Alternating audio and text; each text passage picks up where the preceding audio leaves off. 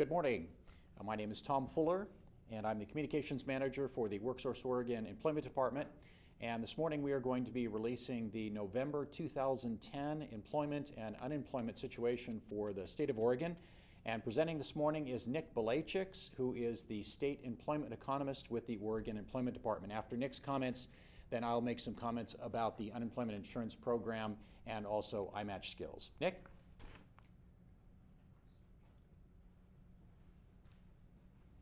Thank you, Tom. Thank you, everyone, for joining us this morning.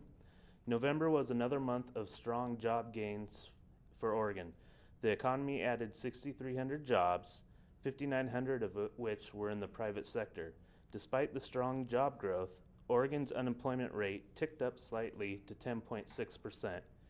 The state's unemployment rate has remained between 10.5 and 10.7% for 13 months in a row. The national unemployment rate in November was 9.8%, also an increase from October. I'd like to pause here to remind the audience about who is included as unemployed when we calculate the unemployment rate. To be counted as unemployed, an individual must not be working, be available to work, and have made specific efforts within the last 4 weeks to find a job. Whether or not a person has applied for, is receiving, or has ever received unemployment insurance benefits is not a factor for the statistical definition of unemployed. Oregon's steadily high unemployment rate, despite the job growth, is partially explained by the growing labor force.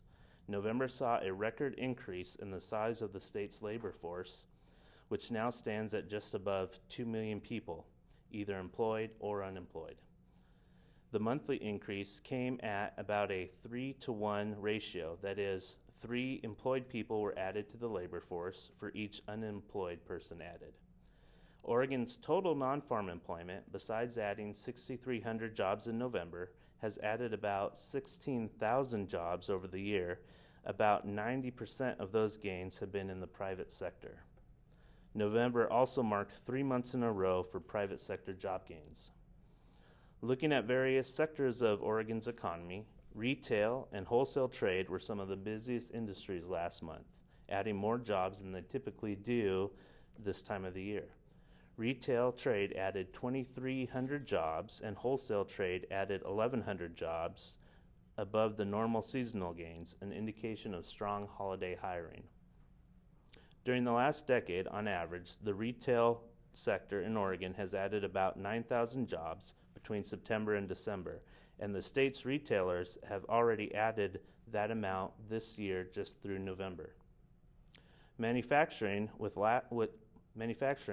last month reached a new low in employment, rebounded slightly by adding 1,500 jobs in November. Education and health services added 1,100 jobs, and leisure and hospitality added 1,000 jobs. Construction industry employment continued to be hit hard in November. The sector lost 1,900 jobs, and the job losses were across all areas of construction. The industry has lost 9,000 jobs since November of last year. That's it for my prepared remarks. I did receive one question over the internet about how many months in a row has Oregon had double-digit unemployment rate. And the answer is November marks our 22nd month in a row of having a double-digit unemployment rate, going back to February 2009.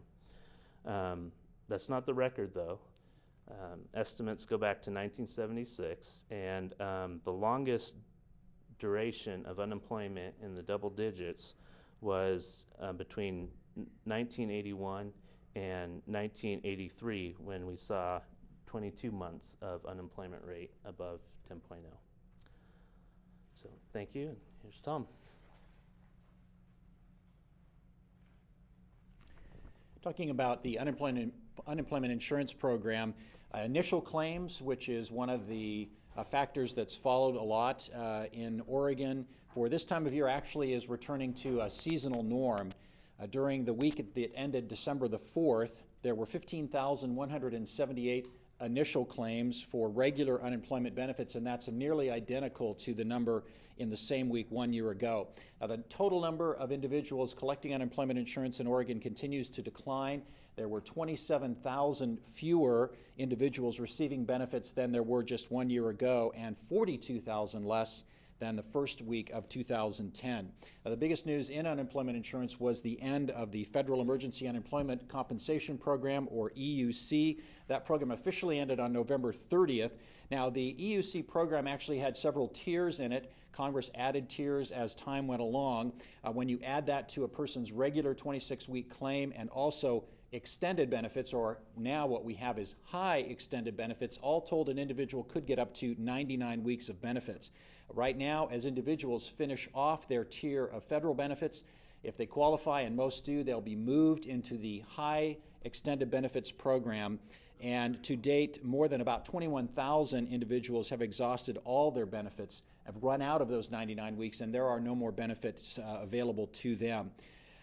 On the employment side, for iMatch Skills, which is the state's job matching program, we currently have 5,746 job listings that represent over 10,000 job openings in the state. And just to give you an idea of where some of those openings are, by industry, the top openings are in office and administrative support, sales, healthcare practitioners, management, and computer and mathematical. In terms of specific occupations, the top occupations with openings in iMatch Skills right now are supervisors and managers of food preparation and serving workers, customer service representatives, retail salespersons, registered nurses, nursing aides, truck drivers, nurse practitioners, tellers, retail sales supervisors, and other sales positions.